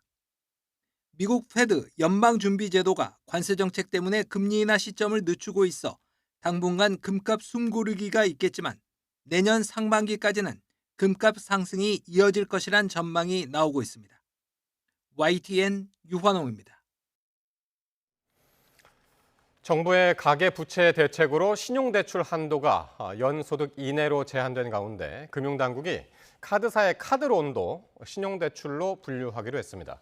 금융위원회는 여신금융협회와 카드사들의 이 같은 입장을 담은 유권 해석을 여신금융협회와 카드사들에 전달했다고 밝혔습니다. 금융위 관계자는 카드론도 한 번에 상당한 금액을 받을 수 있다 보니 주택 구입에 활용이 가능하다는 판단에 신용대출로 보기로 했다고 설명했습니다. 더불어민주당 진성준 정책위의장은 부동산 시장이 심각하고 세제 조치가 필요한데도 한사코 안 할 이유가 있느냐면서 최후의 수단으로 강구해야 한다고 말했습니다. 진 의장은 오늘 CBS 라디오에서 불안정한 시장 상황이 이어질 경우 부동산 세제 카드를 검토할 수 있느냐는 질문에 그렇게 해야 한다고 생각한다고 말했습니다. 다만 금융 조치나 공급 대책, 행정 수단 등을 우선 동원하는 게 바람직하다고 덧붙였습니다. 시청역 역주행 사고 일주기였던 어제 오후 서울 상암동에서 차량이 인도로 돌진해 벤치에 앉아있던 남성이 치여 숨졌습니다. 철제 울타리가 있었지만 차량을 막지는 못했는데 시설물 강화는 물론 사고 예방을 위한 추가 대책이 필요하다는 지적이 나옵니다. 배민혁 기자입니다. 흰색 SUV 차량 한 대가 인도 위에 올라서 있고 주위에 구급대원들이 보입니다. 50대 여성 A씨가 몰던 SUV가 주차장에서 나오다 인도로 돌진한 겁니다. 차량은 공원 벤치에 앉아있던 40대 남성을 덮쳤고 남성은 병원으로 옮겨졌지만 끝내 숨졌습니다. A씨는 경찰 조사에서 페달을 잘못 조작한 것 같다는 취지로 진술한 것으로 파악됐습니다. 평소 자주 찾던 공원에서 난 사고에 시민들은 큰 충격을 받았습니다. 평소에도 저도 저 같은 경우도 봄, 가을이나 이럴 때 좀 선선할 때는 나와서 많이 앉아있는 편이거든요. 차가 여기 와서 덮치려는 그런 생각은 할 수 있는 상황이 아니었어요. 놀랬죠. 사고 다음 날에도 현장에는 당시 충격이 고스란히 남아 있습니다. 숨진 남성이 앉아있던 벤치에서 2m 정도 떨어진 인도면에 철제 울타리가 설치돼 있는데요. 차량이 들이받은 곳은 완전히 뽑혀나갔고 인접한 곳도 휘어졌습니다. 1년 전 시청역 인근에서 역주행하던 차량이 인도로 돌진해 9명이 숨진 뒤 서울시는 보행 취약 구간 101곳에 차량용 방호 울타리를 설치하고 있습니다. 하지만 이번 사고가 난 곳은 대상 지역이 아니었던 것으로 파악됐습니다. 이에 따라 전문가들은 현재 취약 구간으로 선정된 곳 외에도 방호 울타리나 대형 화분 등 안전시설 설치 구역을 단계적으로 확대해 나가야 한다고 조언합니다. 다만 현실적으로 모든 지역의 시설물을 강화하기는 어려운 만큼 페달 오조작 방지 장치 도입 등 사고 예방을 위한 고민도 필요하다고 강조합니다. 페달 오조작 방지 장치 같은 것들 의무적으로 장착을 해서 차가 오동작하거나 실수에 의해서 생기는 사고를 근본적으로 차단해주는 선제적 조치가 역시 중요하다고 볼 수가 있습니다. 일상 속 갑작스러운 차량 돌진으로 인한 인명피해를 막기 위한 실효성 있는 대책 마련이 시급합니다. YTN 배민혁입니다. 서울 북부지방법원은 동덕여자대학교 교내에서 재학생을 트럭으로 쳐 숨지게 한 혐의로 기소된 80대 운전자 A씨에게 금고 2년을 선고했습니다. 재판부는 A씨가 브레이크를 제대로 조작하지 못한 과실로 교통사고가 발생했으며 주의 의무 위반 정도가 매우 중하다고 선고 이유를 밝혔습니다. 또 A씨가 피해 회복을 위한 노력을 하지 않고 유족들이 엄벌을 탄원하는 점 등을 고려하면 죄책이 상당히 무겁다고 지적했습니다. 오늘 오후 1시쯤 부산 온천동 도시철도역 출구 부근 도로에 지름 40cm, 깊이 1.5m의 땅꺼짐 현상이 발생했습니다. 동래구청은 3시간여 만에 임시 복구를 끝내 현재는 차량 통행이 가능한 상태라고 밝혔습니다. 구청 관계자는 노후 우수관 때문에 땅꺼짐이 생긴 것으로 보이며 내일 도로 포장 등 완전 복구할 계획이라고 설명했습니다. 전국을 돌며 음식점 등에서 업주의 휴대전화를 훔친 뒤 수억 원을 빼돌린 상습 절도범이 경찰에 붙잡혔습니다. 충남 보령에서는 민간업체가 만든 무인 대공 표적기가 시험 비행 중 추락했습니다. 이상곤 기자가 보도합니다. 우산을 든 남성이 식당에 들어와 서성이며 주변을 살핍니다. 잠시 뒤 식탁 위에서 충전 중이던 휴대전화를 자신의 주머니에 넣더니 유유히 사라집니다. 또 다른 음식점에서는 업주가 부엌에 있는 것을 확인하고는 식탁에 있던 휴대전화를 훔쳐 달아납니다. 29살 A씨는 잠금 설정이 되어 있지 않은 훔친 휴대전화에서 계좌 비밀번호 등을 알아내 돈을 빼돌린 혐의로 구속돼 검찰에 넘겨졌습니다. 최근 9개월 동안 45명의 피해자가 약 2억 7천만 원 상당의 피해를 본 것으로 조사됐습니다. 낙하산이 나무에 걸려 있고 바닥에는 빨간색 무인기가 떨어져 있습니다. 충남 보령시 남포면에 있는 골프장에 민간업체가 만든 무인 대공 표적기가 추락했습니다. 추락 지점에 다행히 사람이 없어 인명피해는 없었습니다. 해당 표적기는 민간업체가 군 사격훈련에 사용할 용도로 만든 것으로 용역 입찰을 위한 적합성 평가를 하던 중 갑자기 추락한 것으로 전해졌습니다. 화물차 앞부분이 형체를 알아볼 수 없을 정도로 찌그러졌습니다. 충남 공주시 신영터널 인근 국도에서 1톤 화물차가 갓길에 정차해 있던 풀베기 작업차를 들이받았습니다. 이 사고로 30대 화물차 운전자가 숨졌고 뒤이어 또 다른 추돌 사고가 발생해 60대 오토바이 운전자가 다쳤습니다. YTN 이상곤입니다.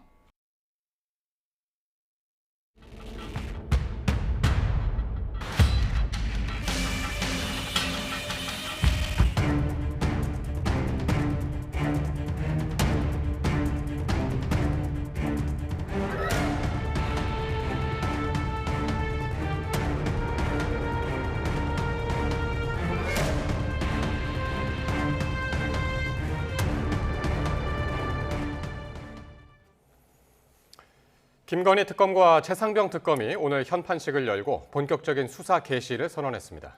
이미 본궤도에 오른 내란 특검과 함께 3대 특검이 본격 가동된 겁니다. 이성우 기자가 보도합니다.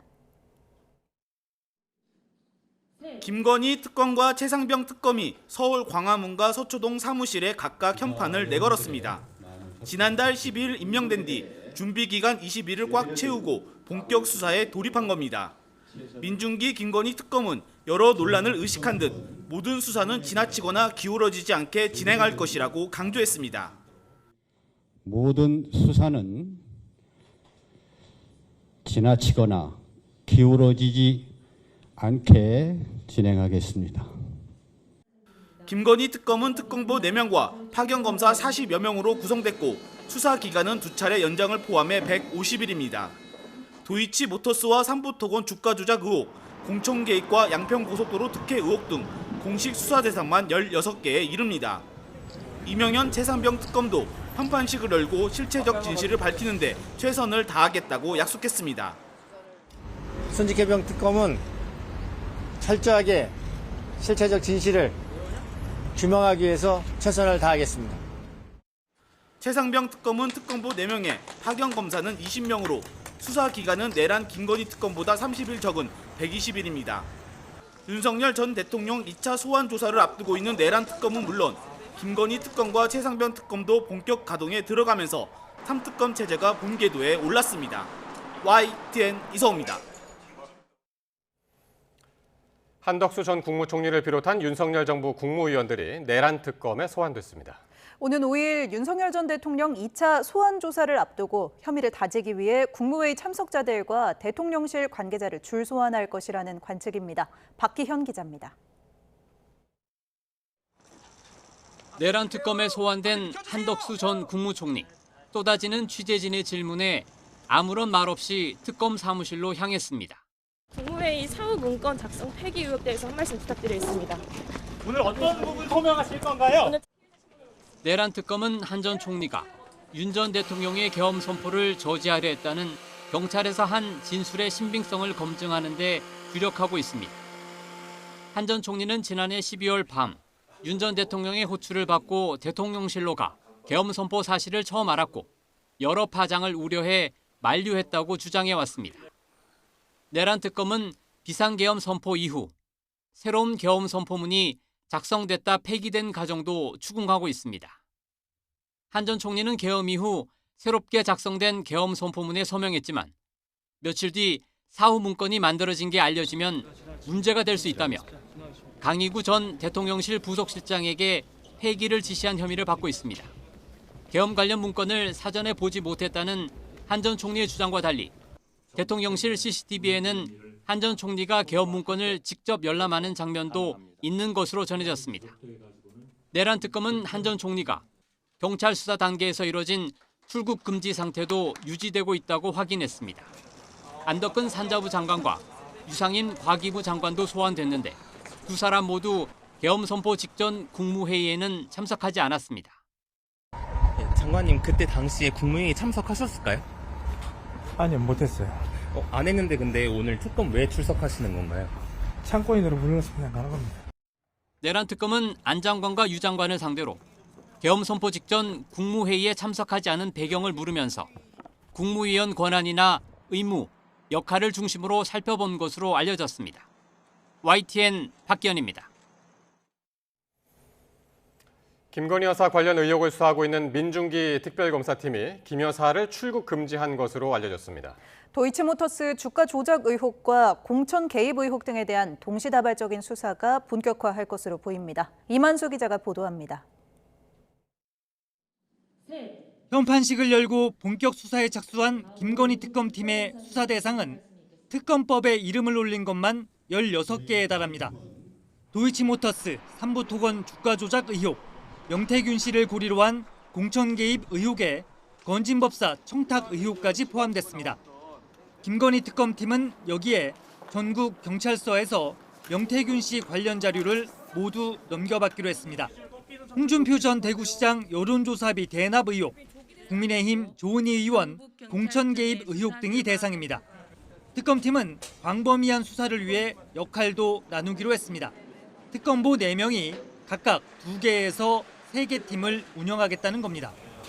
특검팀이 공식 수사 개시를 선언한 가운데 의혹의 정점인 김건희 여사에 대해서는 준비 기간 이미 출국 금지 조치를 마친 것으로 알려졌습니다. 앞서 검찰이 김 여사를 출국 금지했는데 사건을 이첩받은 특검팀이 다시 김 여사의 출국을 막은 겁니다. 체제를 갖춘 김건희 특검팀은 조만간 명태균 씨와 건진법사 전성배 씨는 물론 김건희 여사에 대한 소환 시기도 본격 검토에 착수할 것으로 보입니다. YTN 이만수입니다. 이재명 정부의 강력한 검찰개혁이 추진되는 가운데 검찰을 떠난 심우정 검찰총장이 검찰개혁에 거듭 우려를 표했습니다. 심 총장은 오늘 퇴임사에서 검찰의 역할에 대해 비판이 있을 수 있지만 필수적인 역할까지 폐지하는 것은 옳은 길이 아니라며 형사사법 시스템에 대한 신중한 접근이 필요하다고 강조했습니다. 그러면서 국가의 형사사법 시스템은 대한민국의 미래를 내다보며 신중히 결정해야 할 국가의 100년 대계라며 전문가들의 지혜와 국민 목소리를 경청해 가장 바람직한 제도가 마련되기를 바란다고 덧붙였습니다. 자리에서 물러난 심우정 전 검찰총장은 조만간 특검 수사를 받을 것으로 보입니다. 김주현 당시 민정수석과 비화폰 통화 등 여러 혐의가 심 전 총장을 기다리고 있습니다. 최영주 기자의 보도입니다. 지난달 26일 공수처는 시민단체가 고발한 직위안 판사와 심우정 전 총장 사건을 내란 특검에 넘겼습니다. 직권 남용과 직무 유기 혐의입니다. 재판사는 내란 우두머리 혐의를 받는 윤석열 전 대통령의 구속 상태가 부당하다며 석방 결정을 내렸습니다. 심 전 총장은 이 같은 법원 결정에 즉시 항고하지 않았습니다. 대검 부장회의를 거쳐 결정을 받아들인 뒤 석방을 지휘하기까지 했습니다. 즉시 항고를 하여 집행정지 효력을 부여하는 것은 영장주의와 적법조치의 원칙, 과잉금지의 원칙에 반한다는 명확한 판시가 있습니다. 이러한 상황에서 즉시 항고를 하여 또 다른 위헌 소지를 불러일으킬 것은 맞지 않다고 생각했습니다. 김주현 전 민정수석과 비화폰 통화도 수사 대상에 오를 수 있습니다. 두 사람 통화가 이뤄진 지난해 10월, 검찰은 김건희 여사 도이치모터스 주가 조작 의혹 사건 최종 처분을 앞두고 있었습니다. 또 창원지검은 정치 브로커 명태균 씨 의혹을 수사하고 있었습니다. 인사차 도가란 해명에도 두 사건과 관련이 있는 게 아니냐는 의혹이 불거졌습니다. 김건희 특검 수사 대상에는 주가 조작과 공천 개입, 수사방해 의혹 등이 포함돼 있습니다. 정치적 중립성 및 직무 독립성을 소화하기는커녕 살아있는 대통령 권력에 굴종하면서 대한민국 헌법 정신인 법 앞의 평등을 검찰 스스로 파괴하고 이 밖에 12.3 비상계엄 사태 때 검찰이 어떤 역할을 했는지 드러나게 되면 수사폭이 넓어질 가능성이 큽니다. YTN 최영주입니다. SNS를 통해 호감을 표시하며 다가와 사기를 치는 로맨스 스캠이 가상자산으로 영역을 넓혀가고 있습니다. 주로 40대 이상 남성들에게 대화를 걸어 외로움을 달래주며 접근해 가짜 가상자산 거래소로 투자를 유도하며 거액을 빼가는 방식인데요. 금융감독원이 주의를 당부하고 나섰습니다. 보도에 이지은 기자입니다. 지난 5월 SNS를 통해 한국 여행이 궁금하다는 미모의 일본 여성의 메시지를 받은 40대 남성 A씨. 대화가 이어지며 호감이 생겼고 매일 연락을 주고받기 시작했습니다. 재력이 있는 것처럼 행동하던 이 여성은 자신이 돈을 버는 곳이라며 한 가상자산 거래소를 알려줬습니다. 소액으로 투자를 시작한 처음에는 수익이 발생했습니다. 추가로 금액을 늘려서 해보면 어떠냐. 그러면 수익도 좀 늘어나는데 이제 그걸 유도를 해서 들어간 뒤부터는 이제 인출 자체가 안 되더라고요. 말로만 듣던 로맨스 스캠이란 걸 깨달았지만 이미 1,000만 원 넘게 피해를 입은 뒤였습니다. 가상자산 가격이 급등하면서 이처럼 매력적인 이성사진을 도용해 접근한 뒤 투자를 유도하는 새로운 로맨스 스캠이 기승을 부리고 있습니다. 주된 피해자는 40대와 50대, 60대 싱글 남성으로 가장 큰 피해액은 18억 원에 달했습니다. 그러니까 과하지 않는 고도의 애정의 표현이 있습니다. 난 당신에 대해서 굉장히 더 알아보고 싶고 의지하고 싶다는 게 막 대화 중에 섞여요. 40대 중후반, 50대 초반 이렇게 정서적으로 일말의 외로움을 좀 느끼는 분들은 당하기 쉽다. 그런 생각을 좀 했습니다. 온라인으로 벌어지는 로맨스 스캠은 대면 사기보다 돈을 돌려받을 가능성이 낮은 만큼 더욱 주의가 필요합니다. 무엇보다도 피해가 발생하기 전에 사기임을 인지하는 것이 중요합니다. 낯선 사람이 온라인상으로 접근한 후 본인의 외모, 재산, 직업 등을 과시하면서 적극적으로 호감을 표시하고 연인 등의 관계를 맺으려고 시도한다면 일단은 사기를 의심하셔야 됩니다. 금감원은 데이팅 앱이나 SNS를 통해 해외 가상자산 거래소 가입을 유도하는 경우는 불법 업체일 가능성이 매우 높다면서 어떠한 거래도 하지 말라고 당부했습니다. 또 금융정보분석원 홈페이지를 통해 신고된 사업자인지 확인해보고 피해가 의심될 경우 문자메시지와 입금 내역 등을 확보해 경찰이나 금감원에 신고해달라고 덧붙였습니다. YTN 이지은입니다. 요즘 같은 여름에 전기차 배터리 고장 신고가 특히 많다고 합니다. 도로 위 돌멩이나 낙하물 때문에 손상된 배터리가 여름철 습기에 고장이 나기 때문인데요. 한번 점검해 보시는 게 좋겠습니다. 이승은 기자가 보도합니다. 비포장 도로를 달리던 전기차. 공사장을 지나려다 바닥이 긁혀버립니다. 망했다. 다른 차에 받친 낙하물이 굴러들어와 피할 새도 없습니다.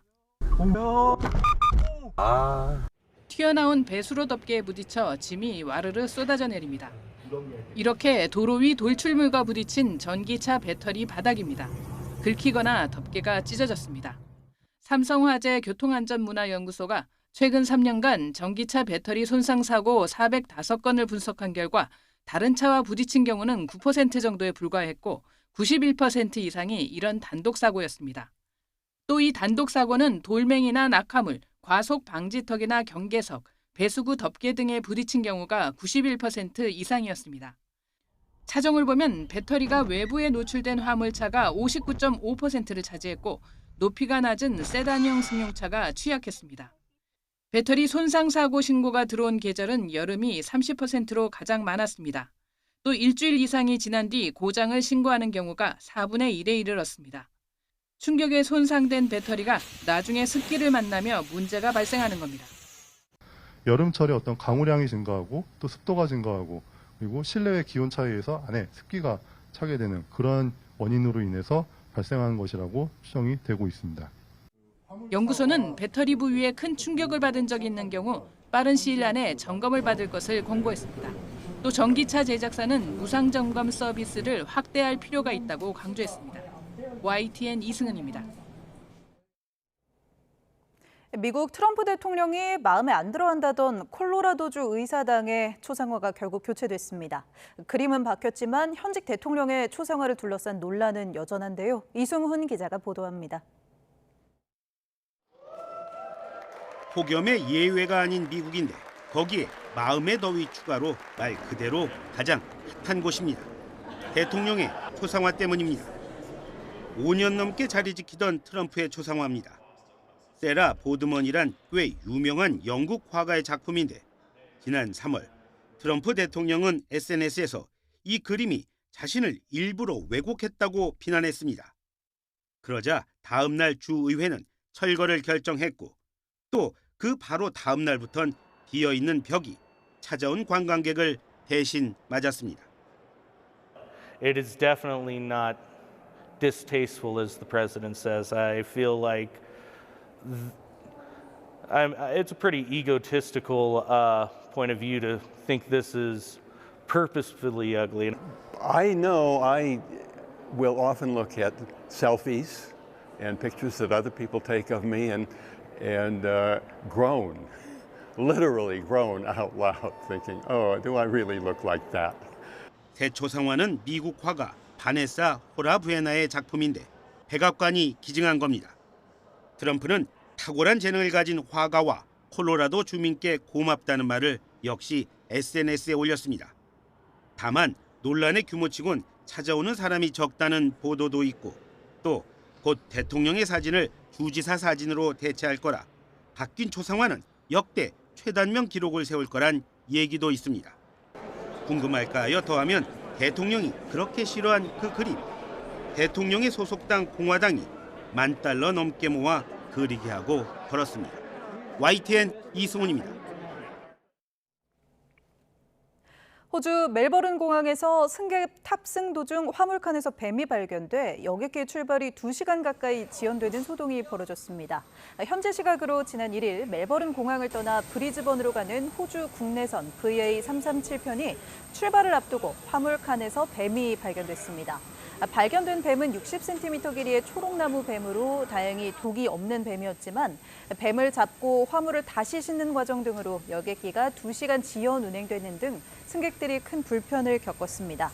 전문가들은 발견된 초록나무 뱀이 브리즈번 지역에 자생하는 뱀인 만큼 승객의 짐 속에 숨어 있다 비행기에서 오는 동안 탈출해 화물칸에 숨어 있다 출발을 앞두고 발견된 것으로 보고 있습니다.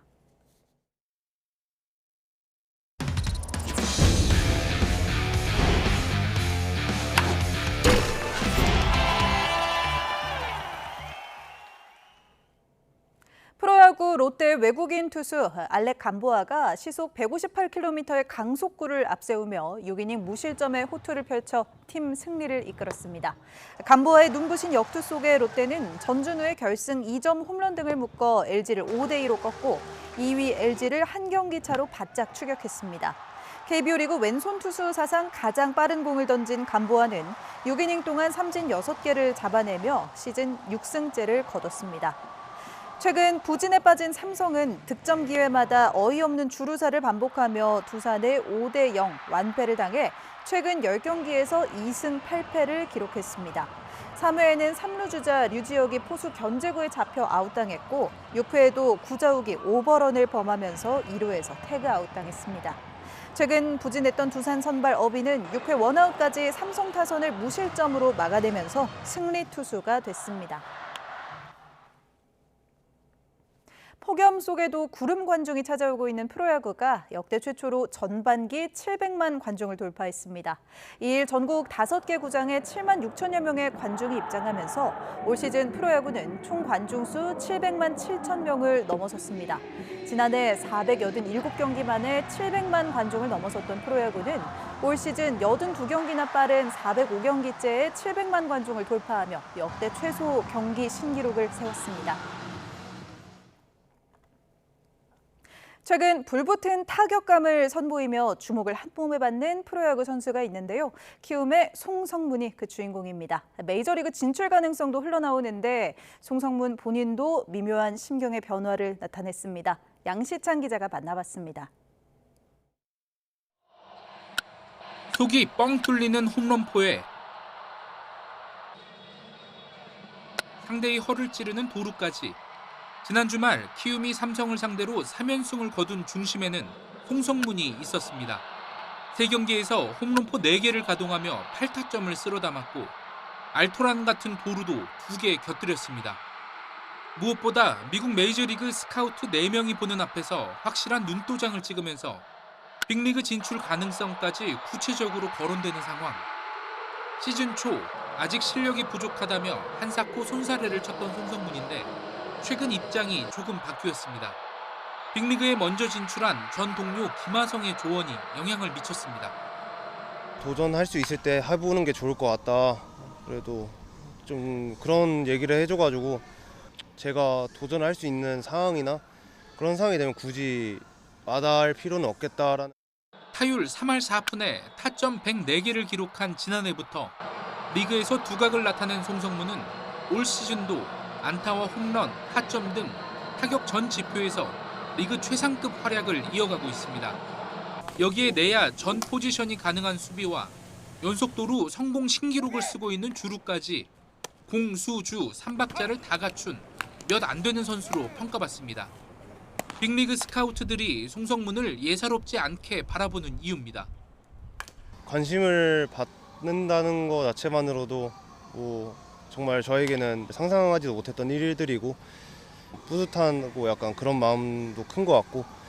송성문은 프로야구 올스타전에도 2년 연속 명단에 오르며 리그를 대표하는 타자로 자리 잡았습니다. 올 시즌이 끝난 뒤 또 하나의 메이저리그 진출 신화가 쓰일지 팬들의 기대도 커지고 있습니다. YTN 양시창입니다. KMI 한국의학연구소와 대한체육회가 생활체육 활성화를 위한 공동 캠페인 업무 협약을 체결했습니다. 이번 협약을 통해 양 기관은 국민의 평생 건강 증진 및 생활체육 활성화를 위한 스포츠 7330 공동 캠페인을 추진하기로 했습니다. 스포츠 7330은 건강을 위해 일주일에 3번은 30분 이상 운동을 해야 한다는 의미를 담고 있습니다. 양 기관은 KMI의 캐릭터인 크미와 대한체육회 캐릭터인 달리가 함께 등장하는 3D 애니메이션을 제작하고 대한체육회 주최 행사에서는 양 기관의 공동 홍보관을 운영하는 등 생활체육 실천의 중요성을 알리기 위한 다양한 홍보 활동을 함께 전개할 예정입니다.